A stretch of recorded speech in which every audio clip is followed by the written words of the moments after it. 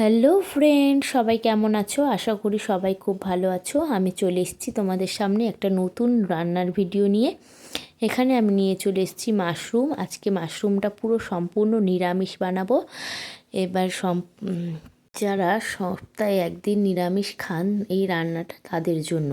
এই মাশরুমটা এখানে আমি প্রথমে ধুয়ে নিলাম। মাশরুমটায় যেহেতু খুব নোংরা থাকে, তাই মাশরুমটা প্রথমেই জলে খুব ভালো করে ধুয়ে নিতে হবে। আমি এখানে 2-3 বার জল পাল্টে ভালো করে ধুয়ে নিয়েছি।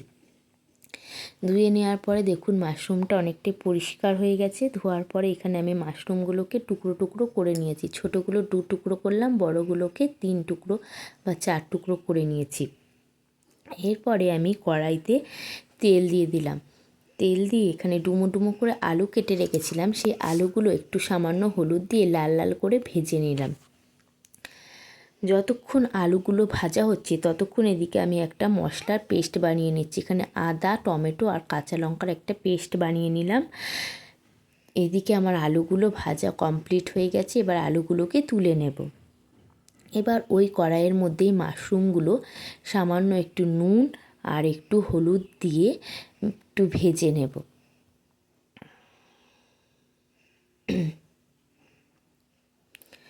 নুন দেওয়ার জন্য মাশরুম থেকে প্রচুর পরিমাণে জল বের হবে। এই দেখো কত পরিমাণে জল বের হয়েছে। একটু ভালো করে নাড়াচাড়া করে ভাজা হয়ে গেলে এবার মাশরুমগুলোকে রেখে তুলে নেব। ওই জল সমেতই ঠান্ডা করে নেব। এবার আর একটা কড়াইতে একটু সাদা তেল দিলাম। এবার ওর মধ্যে দিয়েছি গোটা গরম মশলা ফোড়ন দিয়ে ওই যে মশলার পেস্টটা বানিয়ে রেখেছিলাম সেই পেস্টটা দিয়ে দিলাম। দিয়ে তার মধ্যে নুন আর হলুদ দিয়ে দিলাম। দিয়ে খুব ভালো করে নাড়াচাড়া করে তারপরে এর মধ্যে দিয়ে দিলাম জিরের গুঁড়ো আর লঙ্কার গুঁড়ো।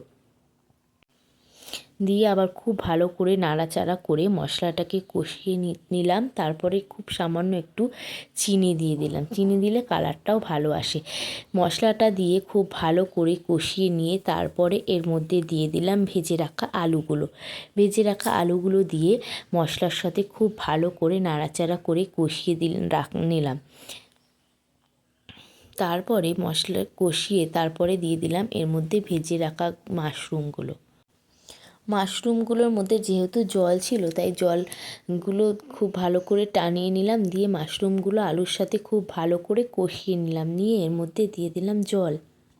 বেশি পরিমাণে জল দেওয়ার দরকার নেই, কারণ মাশরুমগুলো আর আলুগুলো প্রায় আগেই অনেকটা সেদ্ধ হয়ে গেছে। তারপরে জল ফুটে উঠলে এটা ঢাকা দিয়ে আস্তে দিয়ে দিলাম গ্যাসটা, দিয়ে এটা হতে দিলাম সিদ্ধ হতে। তারপরে এই দেখো এখানে আমার মাশরুম আলু সব সেদ্ধ হয়ে গেছে। এবার এর মধ্যে আমি দিয়ে দেব গরম মশলা, দিয়ে এবার নামিয়ে ফেলবো। দেখুন আমার মাশরুম